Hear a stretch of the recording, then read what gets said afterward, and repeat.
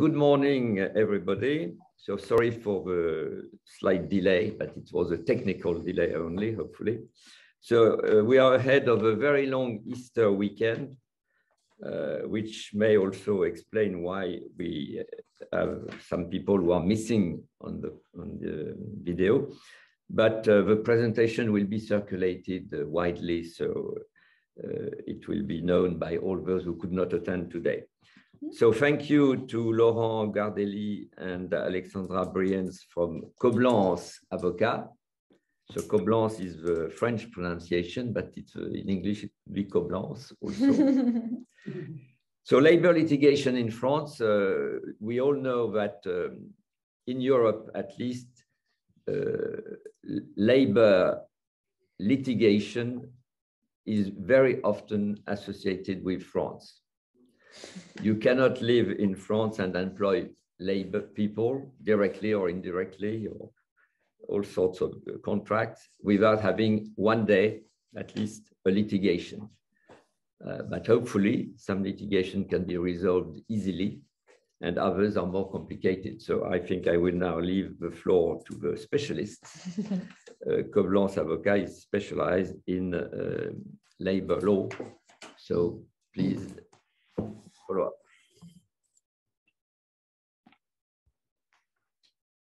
Marche. Well, welcome to you all. We both, Alex and myself, are delighted to be with you today on a very, not a very special topic, but very specific to France, as it was just said. And what we want to do today is give an introduction to what labor law litigation in France looks like.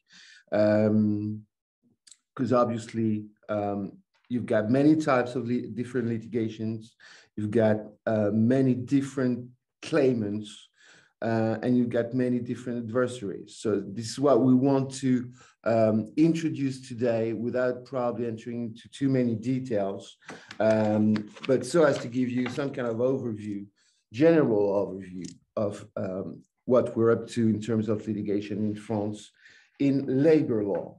And from that standpoint, so just great.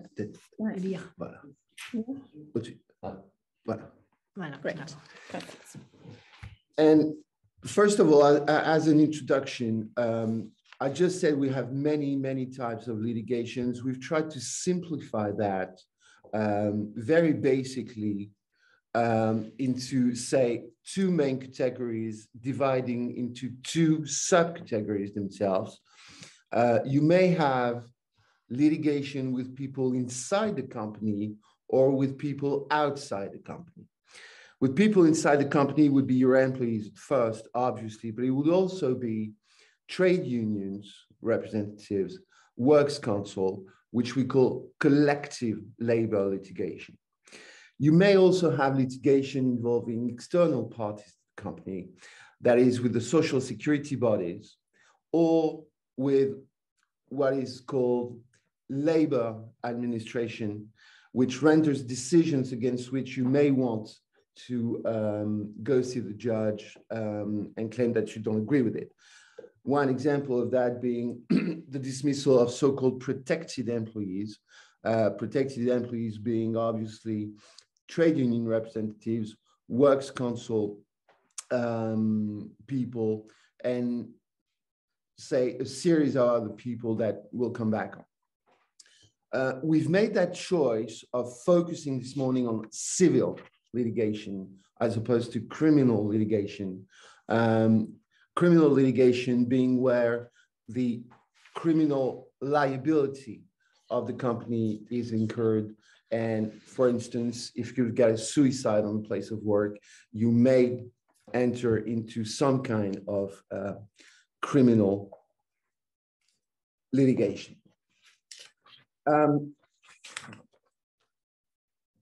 Courts in this country are organized virtually on the same model, notwithstanding the fact that we're in labor litigation or commercial litigation. You got the first level tribunal, which as far as labor litigation is concerned, is the Employment Tribunal. That's for individual litigation, Conseil de Prud'homme, which you may have heard of.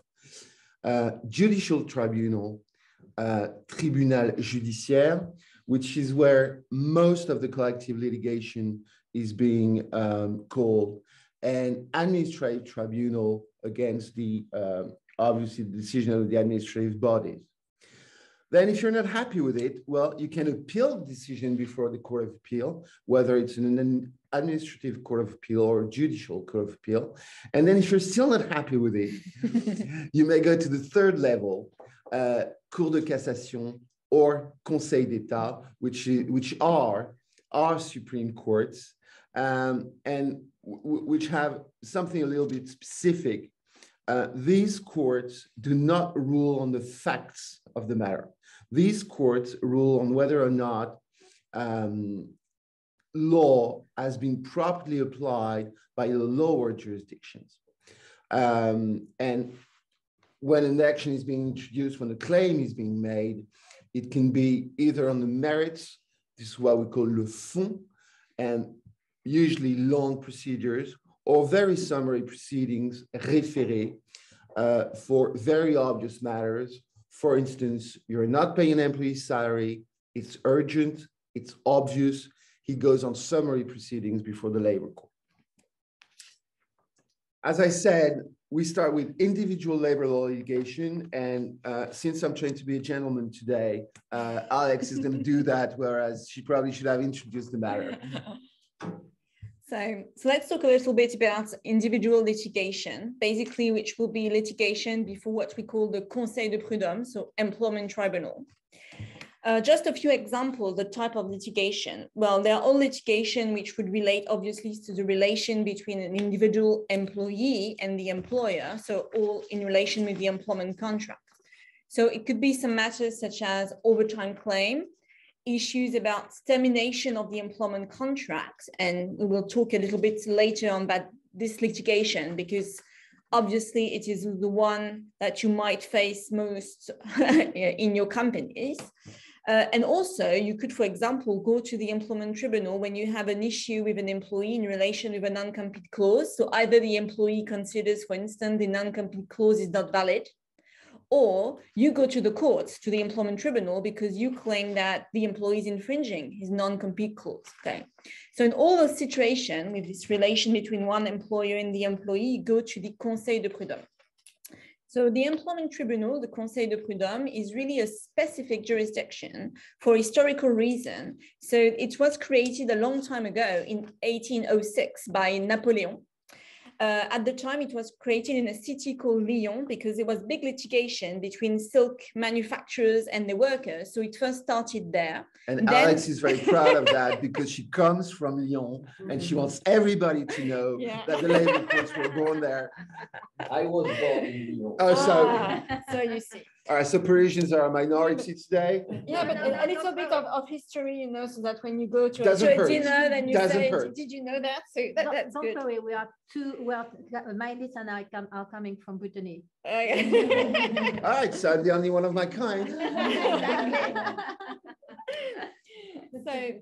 So basically they extended over France, and it's really a specific jurisdiction because we don't have professional judges, but the members of the Conseil de Prud'homme are elected by the employer and the employees. So it's really specific. They are non-professional judges. And the procedure is quite specific. First, you have a conciliation hearing with two of those judges, one on the side of the employer, one on the side of the employee. During that hearing, the objective is to try and see if you can find an agreement to stop the litigation. And obviously, the idea is that the employer will pay a certain amount of money to end the case, and all this hearing is confidential. Then if you don't find an agreement, then the case goes to a sentencing hearing. So basically, you will have this time 4 non-professional judges, 2 on the employer side, 2 on the employee side. They will listen to the case, so to the evidence, and then they will decide. Obviously, because there are 2 on the side of the employer, 2 on the side of the employee, sometimes they aren't able to find an agreement because Sometimes it happens that the two employers rule in favor of the employer and the two employee judges rule in favor of, obviously, the employee.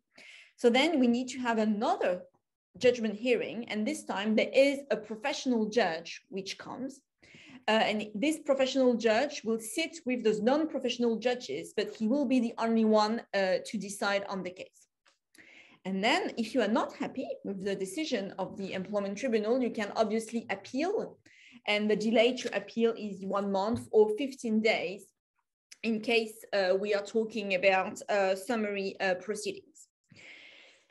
In terms of delay, the process takes quite some time because their jurisdiction have a lot of work. So for example, if I take Paris, and you are a cadre, an executive, you need to wait approximately at least 7 months before you can appear for the conciliation hearing. And if you go to another tribunal, because it depends, where the employment contract was signed, where sits both parties, for example, Nanterre, it can take more than 18 months or even more before you have a judgment hearing. And well, so, just to make things clear, if you have a conciliation hearing today in Nanterre, implying that you've introduced your claim back 5 or 6 months ago, the sentencing hearing will not take place before the summer of 2025. And I'm not kidding you. The reason for that is fairly simple. Nanterre is just close to La Défense. La Défense obviously is the major business area around Paris. Many people work there. Many people complain, and so obviously that takes a lot of time to get a hearing. People need to complain less to reduce all that time frame. But basically, 2025 is what you're looking at today.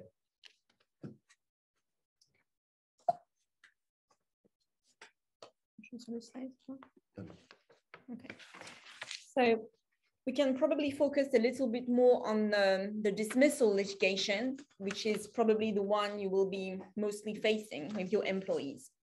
So since a few years now, in France, we have a scale for damages an employee can claim in case of unfair dismissal.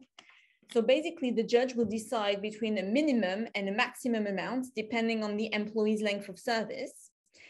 Obviously, it would award these damages only if the judge considers that the dismissal is unfair, meaning that you don't have proper justification for that dismissal.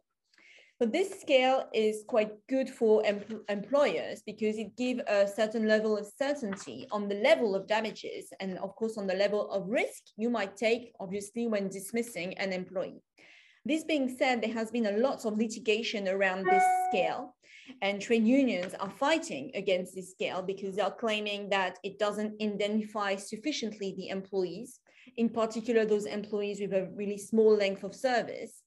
And we are waiting for a really key decision from the Cour de Cassation on the 11th of May, which should rule on whether or not this scale is or not valid, and a lot of debate around European treaties, European norms, and so on. So we need to wait on the 11th of May, but we hope that, from an employer standpoint, that this scale will be considered as valid. However, employees could also claim that their dismissal is void. So for example, you dismiss an employee, but this was in the context of moral harassment, okay? So the employee proves, for instance, that the real reason was this moral harassment. Then the dismissal is void, null and void. And in that case, the scale we just talked about doesn't apply. And at least the employee can obtain 6 months of damages. It could be more. It will be the judge who will appreciate the prejudice of the employee. Also, if you made an error in your dismissal procedure, because there's quite a formal process in France to dismiss an employee, you need to convene the employee to a meeting, you need to wait 5 days before that meeting takes place, then you need to wait 2 days before you send the dismissal letter after the meeting. So if you don't comply with the procedure, you could also be sentenced to a 1 month indemnity. So on this slide, now I'm going to show you, you can see the scale. I was just talking about the unfair dismissal case. So on the left column, you have the level of seniority. and then you have the minimum and maximum amount. So for example, if you have only 1 year of service, the maximum you can get is 2 months. If you are 3 years of service, it's 4 months. And you see if you are, for example, 29 years, and you get the maximum, which is 20 months, okay? So you see why trade unions are fighting, at least for those employees with a low length of service, because you could be an employee like 55 years old, but because you have only 1 year of service, you will only get 2 months, whereas it will be really difficult for you to find a new job. So this is why also they are arguing against this legal scale. Of course, when we talk about litigation, as in all jurisdictions, there's always a statute of limitation, meaning that the employee cannot sue you like 10 years after the end of the employment contract. So in this table, we show you a few examples of the statute of limitation. So for example, for kind of most serious claims, such as harassment or discrimination, the employee can make a claim during a 5-year period. Regarding back pay, so salary, issues on the bonus, overtime, it's 3 years. If we are talking about more an action in relation with the employment contract is 2 years. Then when we are talking about termination of the employment contract, it's only 1 year. So the employee have 1 year after the dismissal to sue you. And also if there is a debate on the final payment you made to the employee, so he doesn't agree on the last salary and so on, so then he has 6 months to initiate a proceeding on the final amount that you paid within what we call the balance of all accounts. So this is just an overview of the type of individual litigation we have here. But we also have what we call collective labor law litigation. And that's mainly in the following fields: professional elections. As you know, or if you don't know, back in 2017, we've had main reform of employees' representative bodies in this country. They've been elected for most of them 4 years ago. And since their tenure is 4 years, those professional election litigation is going to come back at the end of the year, next year, and probably the year after. So that's elections to the what we used to call Works Council, which we call social and economic committees today. It also relates to the appointment of trade union representatives, which you may want to challenge, and you have 15 days to do so. Another main area, and probably the biggest one of collective labor law litigation, is the information and consultation of the Social and Economic Committee. As you know, there are a lot of decisions that are made by the employers that have to be submitted to the Works Council. I still have the old name in mind, to the SEC, even though SEC reminds us of another body back in the States. So it's kind of confusing. But anyway, there are many decisions that are made by employers which need to be subject to the opinion of the Social and Economic Committee following an information and consultation procedure, which may sometimes be tricky and give rise to a lot of litigation. Also, enforcement of a company practice or collective bargaining agreement. Imagine that you have a company agreement in force in your company, and for some reason it's not properly applied. Unions or the Works Council, even the Works Council is more difficult, but can go to court, try to get some kind of injunction to actually apply. So we were about to talk about litigation this time, but involving the labor administration. There are quite various types of litigation which may involve the labor administration. One of them is about the professional election. So Laurent just talked about the Social and Economic Committee, the new name of the Works Council. So to elect this staff representative body, there's a specific process to implement. And basically you need to negotiate with trade unions a pre-electoral agreement And there might be a lot of debate between you and the trade unions on how many seats should be given to the Works Council, how to split employees depending on their professional category, because of course, the result of the professional election in France has an impact because it allows a trade union to be considered as representative. And if a trade union is representative, then he is allowed to negotiate with the employer collective bargaining agreement. So it's why, of course, when the process doesn't go in the way the trade union wants, sometimes they decide also to initiate proceedings to challenge the election, because as I said, it impacts their capacity to negotiate collective bargaining agreement. We also have some litigation regarding social plan, and I will talk about that later on in more details. We also have some litigation involving protected employees. So protected employees, for instance, in France are the trade union members. It's also, for example, an employee that is a member of the employment tribunal, because you remember I told you that they are non-professional judges. Also, a member of the Works Council is a protected employee, and we'll talk about the specific procedure in relation to them. Also, we can have litigation if you decide to proceed with a reorganization, and within this reorganization, you offer a possibility for the employees to enter in what we call a collective amicable termination. So basically, you negotiate the possibility for employees to wave their hands and be a candidate to a voluntary departure. And this collective amicable termination process also requires to go before the administration. So there can be a litigation in relation with that. But these are only a few examples. The two major types of litigation, or if I put aside the election, which can be a quite important one, relates to the social plan and to the protected employees. So regarding the social plan, well, social plan will apply in France where you are an employer with at least 50 employees and you consider making at least 10 employees redundant over a period of 30 days.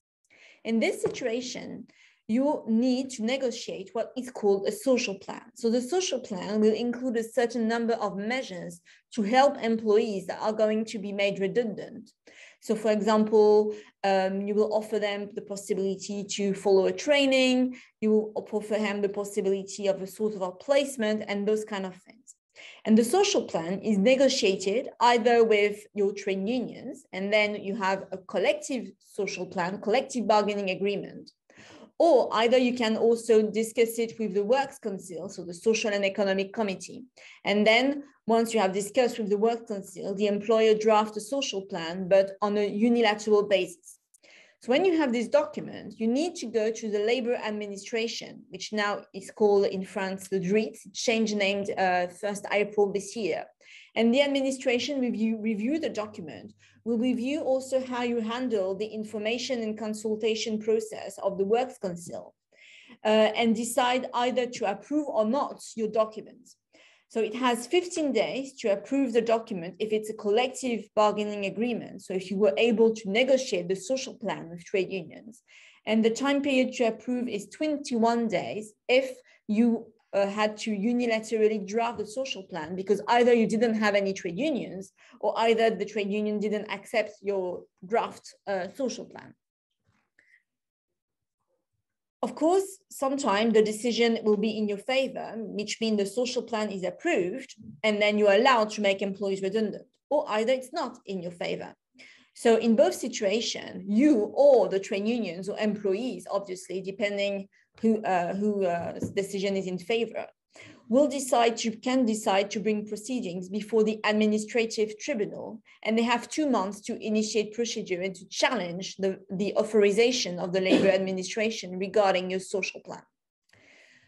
It's not in all situations, that there's this type of litigation, but it might happen. It also depends, obviously, on the social climate and also on how generous you have been in the measures you offer to the employees. Because if employees, of course, consider that they has been treated fairly and you offer quite some measures to help them find a new job, it's quite unlikely that trade unions, even of course they disagree with the fact you even consider making employees redundant, but they will not sue you because employees will be satisfied with the measures, of course, you offered within the social plan.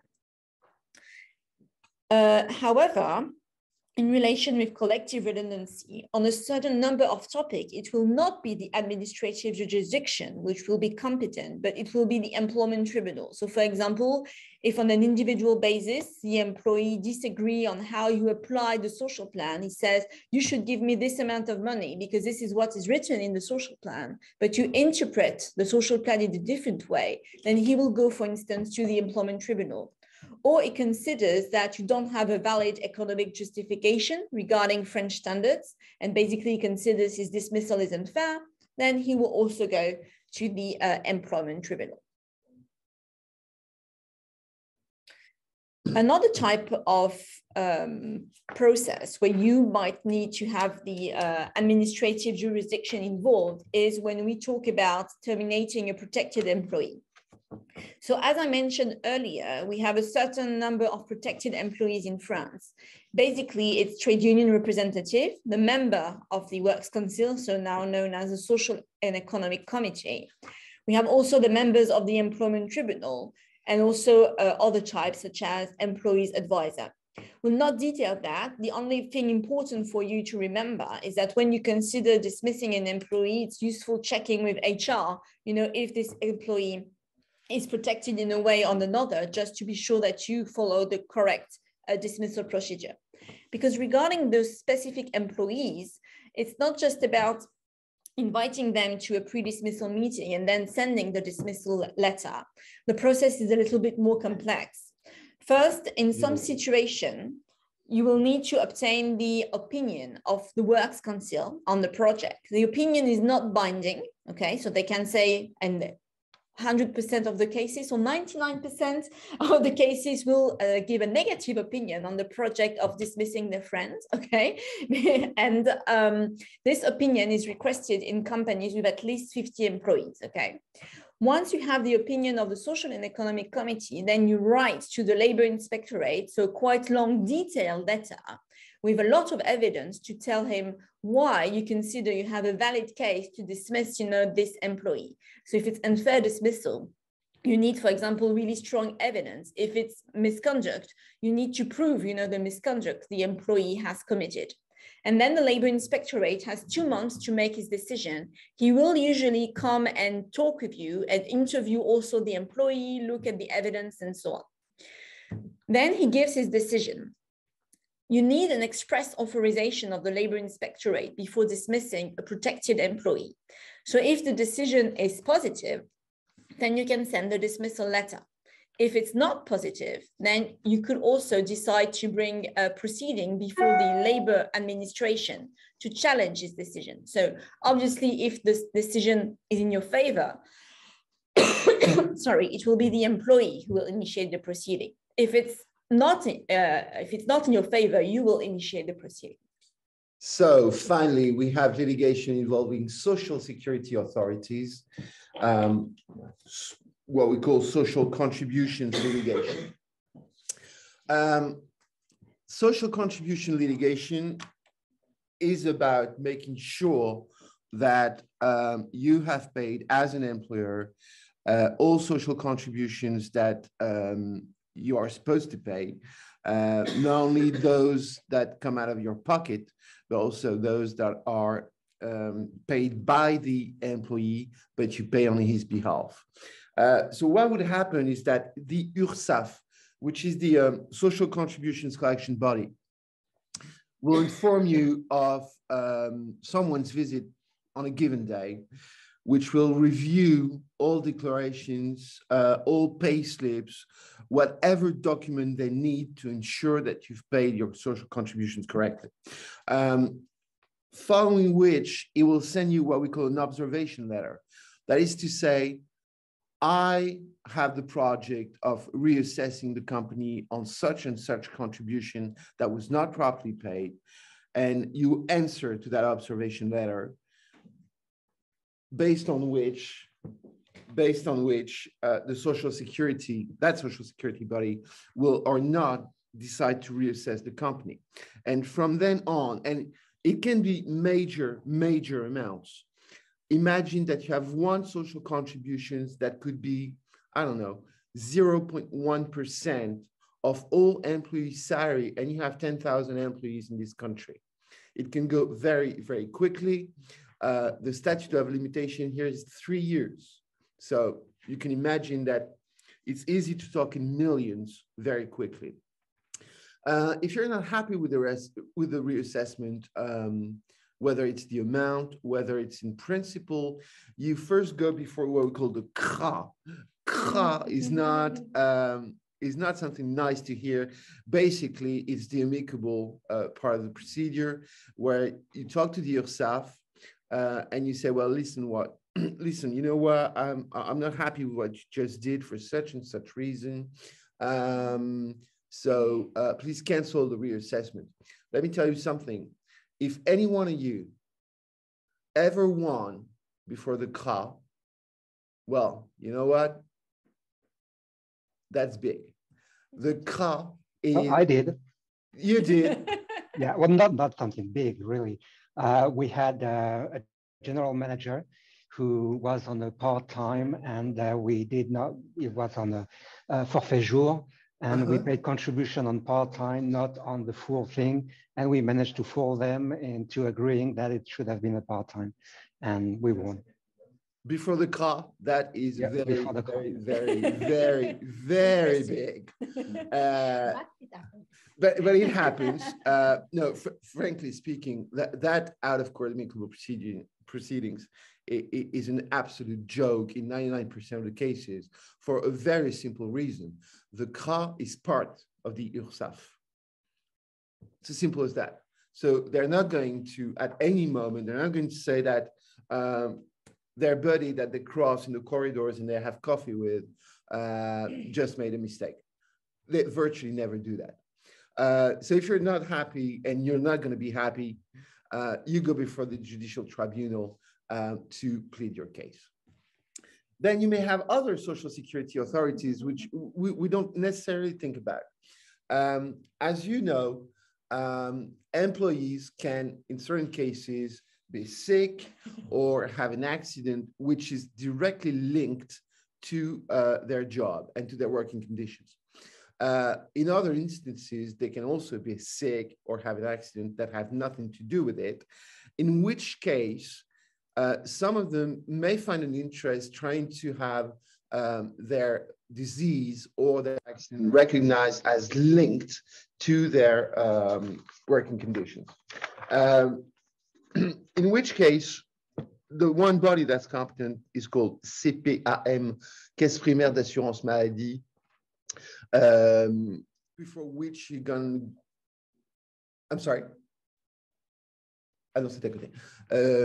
In which case, the CPAM will analyze the case and decide to recognize the professional nature of the accident or the disease. This has a direct impact on you. Why? Because you pay contributions, and we will see that here. We will see that this is also a litigation area. But this has direct impact on you because if you have too many, for instance, accidents over a year, the CPAM will decide to increase the rates of the social contributions that you pay for occupational disease or work accident. So if you're not happy with it, you go before the C2RMP to collect its opinion. And then, just like with the URSSAF, 2 months to go before the CRA, which is virtually the same body as the one for social contributions, and then 2 months to go before the judicial tribunal. But again, you may not be happy with the rates that you're paying for occupational accident, illness, social contribution rates. And again, you go before another body. We love administrative bodies in this country. This one's called CARSAT. And once again, you can give a chance to the amicable recourse before the CARSAT, but most of the time, what you will find yourself doing is challenge the decision before the Court of Appeal of Amiens, which has very specific jurisdiction and monopolistic jurisdiction over that sort of cases. We are very much aware that we've been flying very high over French labor litigation. We'll be happy, obviously, even though we don't have much time yet, and we appreciate the fact that we all have to work. But we'll be very happy to obviously share that presentation, and you'll get a PDF copy, don't worry, to share that presentation with you. Don't hesitate maybe to ask Catherine or myself, whoever will be able to provide. And obviously to talk over the phone or in front of the coffee with any one of you who would have further questions. Many thanks to you all, and have a sunny day. So, yes. I would just like to mention that by experience, I think if you have an operation in France, one of your most important relationship is with the employee representatives, either at the board if you are a listed company or a big company, or those who attend the board. Personally, I had the experience, and I always had a coffee, not for litigation, but a coffee with the employee representatives before important meetings, just to exchange and understand. And believe me, even the CGT, la CGT, in the industry I was in oil and refining, was the #1 trade union. You could really agree on a process. It doesn't mean you agree on everything, but at least it avoids to go to a full litigation. So treat your employee representatives fairly and consider they are equally important as your shareholder in a way. Thank you. Thank you, Michel. One quick question: can an employee on detachment in France take the French entity to court? Yeah. Yes, of course. Yes, of course. One main reason is that under a detachment scheme, the employee maintains his French employment contract.